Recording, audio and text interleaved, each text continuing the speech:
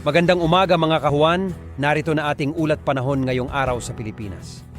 Kanina alas 3 ng madaling araw ay nakapasok na ng Philippine Area of Responsibility itong low pressure area na ating minomonitor. So yung latest location natin as of 3 a.m. today ay nasa layong 695 kilometers silangan ng General Santos City.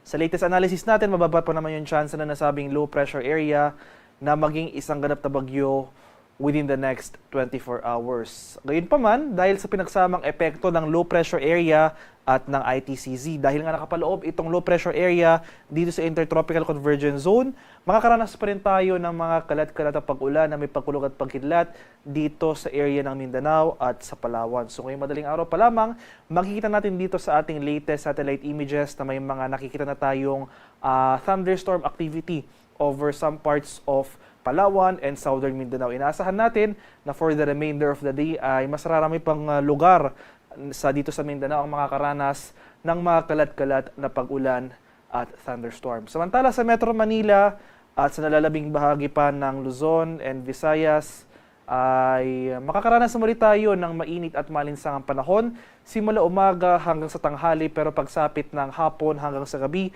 makanda pa rin tayo sa mga biglaan at panandaliang pag-ulan na dulot naman ng localized thunderstorms. Nanggagaling yan dito sa epekto ng easterlies o yung mainit na hangin galing sa karagatang Pasipiko. At para naman sa magiging lagay na ating panahon ngayong araw dito sa Luzon, so Metro Manila and the rest of Luzon, magpapatuloy nga itong generally fair weather conditions. Sasamahan lamang yan ng mga biglaan at panandaliang pag-ulan na dulot nga ng localized thunderstorms. So yung prevailing weather system natin over Luzon and Visayas ay yung easterlies, kaya magpapatuloy nga yung mainit na panahon sa mga susunod na araw. Sa bahagi naman ng Palawan, Visayas at sa Mindanao, ito ang area ng Palawan at sa Mindanao, makakaranas tayo ngayong araw ng makulimlim na panahon at mataas sa tsansa ng mga pag-ulan. Itong area nga ng Davao Region at Soxargen, ito yung mga lugar na kung saan pinakamalapit sila dito sa posisyon ng ating low pressure area. So ito yung mga lugar na pinakamaapektuhan ng mga pag-ulan na dala ng LPA. So dahil nga sa pinagsamang epekto ng LPA na nakapaloob nga ito sa ITCZ, buong Mindanao at Palawan, ngayong araw makita tayo sa mga posibleng banta ng pagbaha at pagbuho ng lupa, lalo na kung tuloy-tuloy ang pag-ulan na ating mararanasan. At para naman sa ating heat index forecast ngayong araw for Metro Manila area, reference stations natin ay yung mga stasyon natin dito sa Naiya, Pasay City at sa Quezon City. Posible maglaro ang ating heat index mula 39 to 40 degrees Celsius. Sa buong bansa, highest heat index forecast ay 44 degrees Celsius sa area ng Sangley Point sa May Cavite.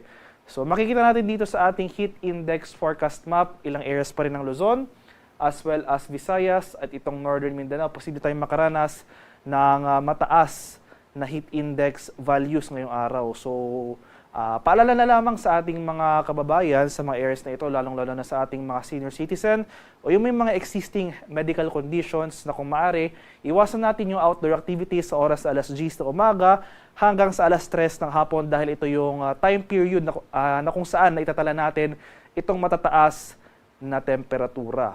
At kung hindi man maiwasan ng outdoor activities, magsuot po tayo ng light-colored clothes, uminom ng maraming tubig, stay hydrated po tayo, at manatili sa well-ventilated areas.